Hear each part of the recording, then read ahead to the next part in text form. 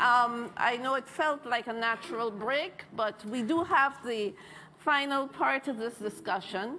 And we have two giants in their own fields. I've had the privilege of being associated with both of these women.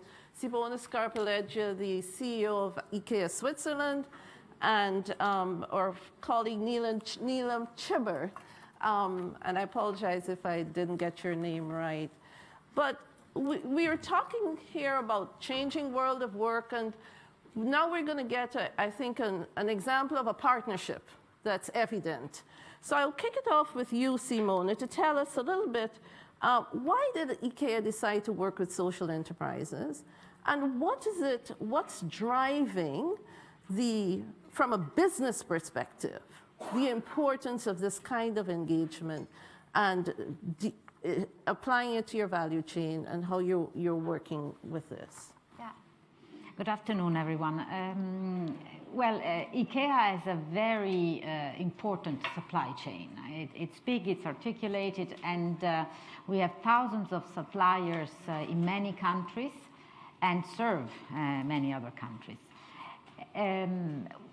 When we confronted ourselves to the many realities that we met, we saw that there were realities that we could definitely help.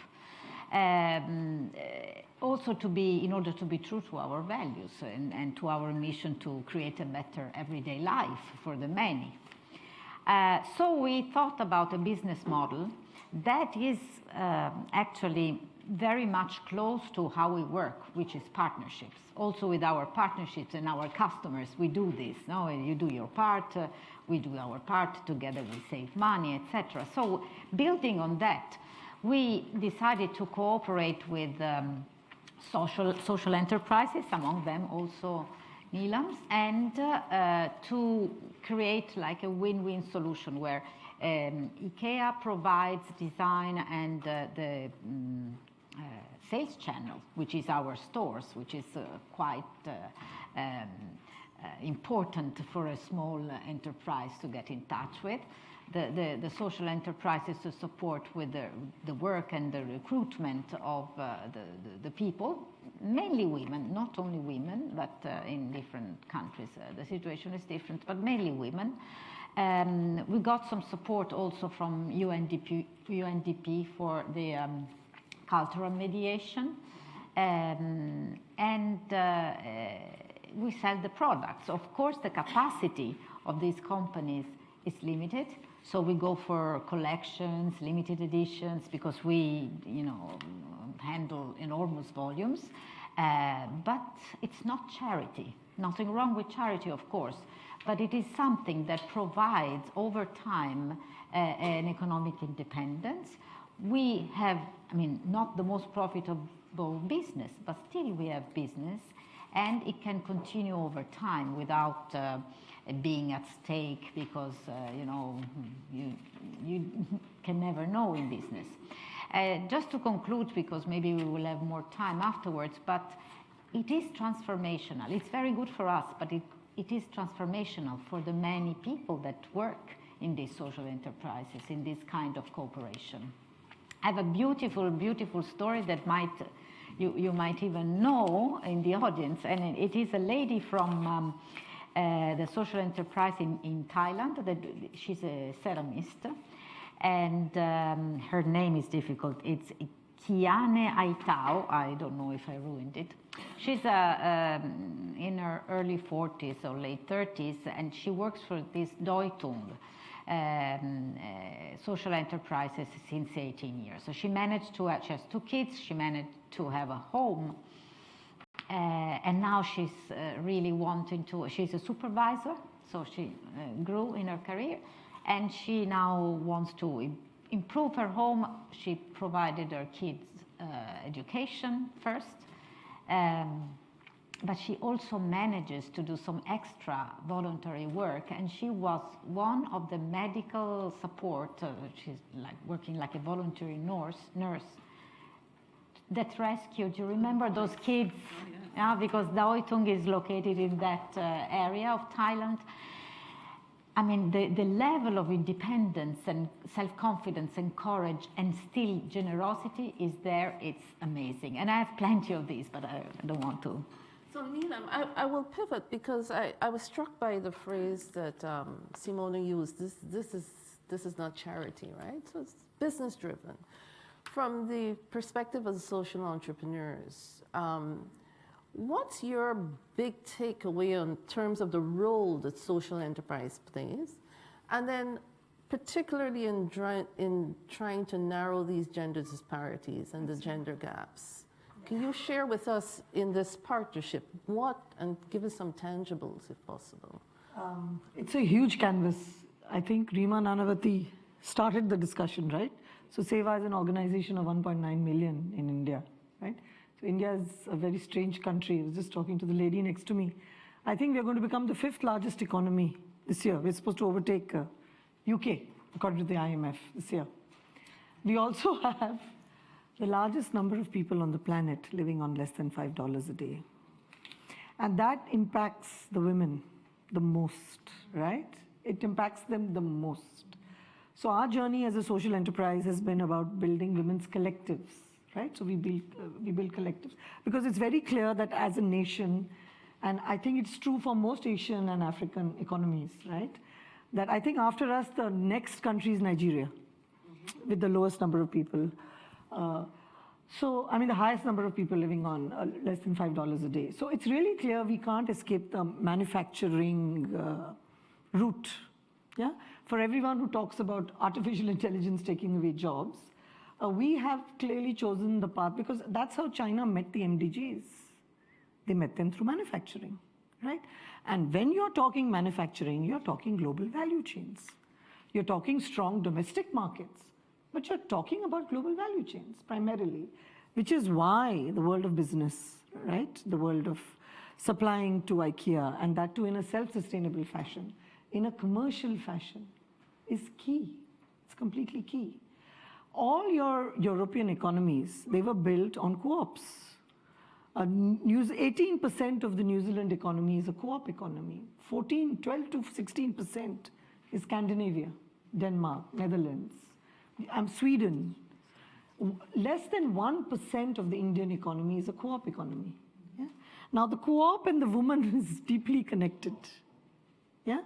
Because in India, post Muhammad Yunus and microfinance, we took up the concept of putting women into self-help groups. So at a national level, we have a foundation of women who come together in groups to save. And they do interlending. And they're taught teamwork, and they're taught cooperation. There's a very, very rich, fertile foundation.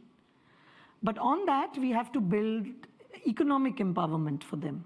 So we have to create jobs for them, right? 70% of India is still rural. Yeah? And we can't double farmer income through more productivity in land. So we've got to move them to off-farm occupations. And that's where I think our journey with IKEA has been critical. We started 6 years ago. And I think it's not we know that IKEA is the first global company that's trying to bring these social enterprises into their value chain, right? So today we've got a cooperative of women, about 2,000 women, who are supplying about $2 million annually of banana bark baskets to IKEA. Now, artificial intelligence is not going to replace these baskets in a hurry.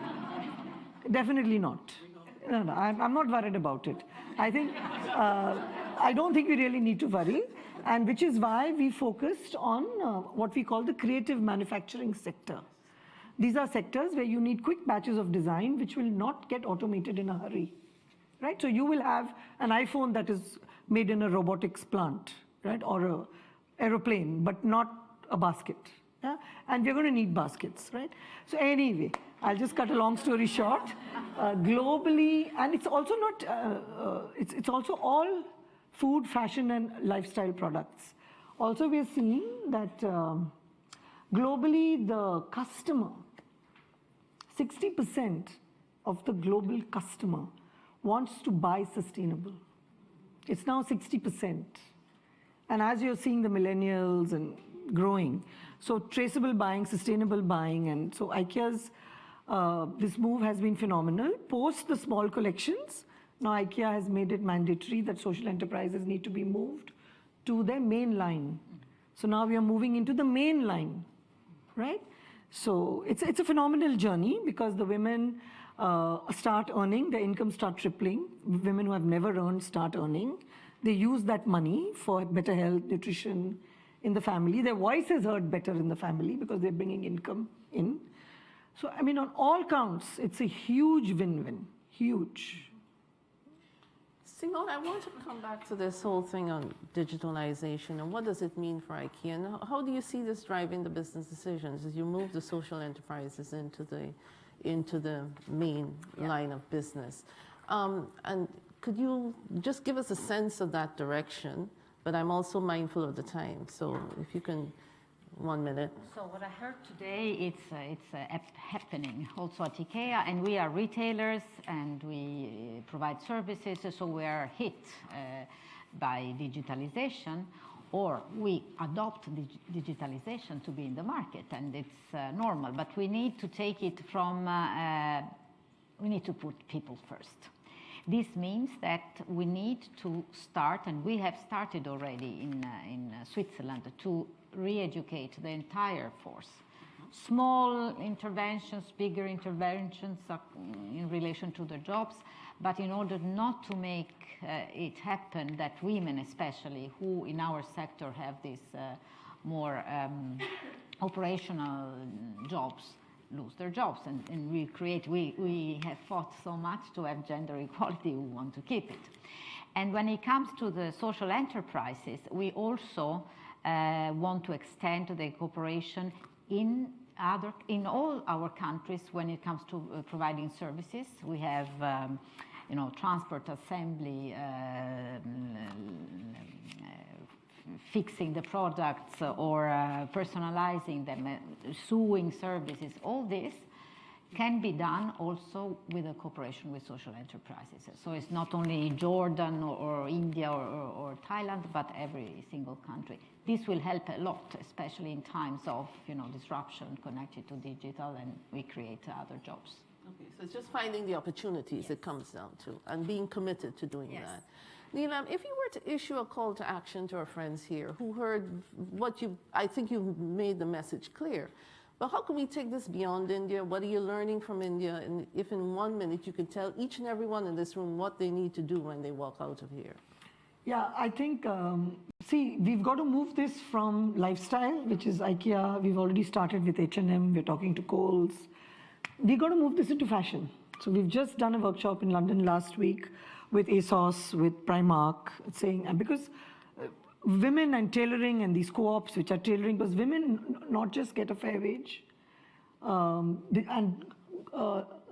they work in good conditions, they also get dividends, right? So we are doing wealth creation, moving them up into the middle class from up. So I think there's also a lot of need for funding, because now we've raised a lot of philanthropy because we build the co-ops on grant equity, we call it, and then they become self-sustainable. But post that, we also need a lot of debt.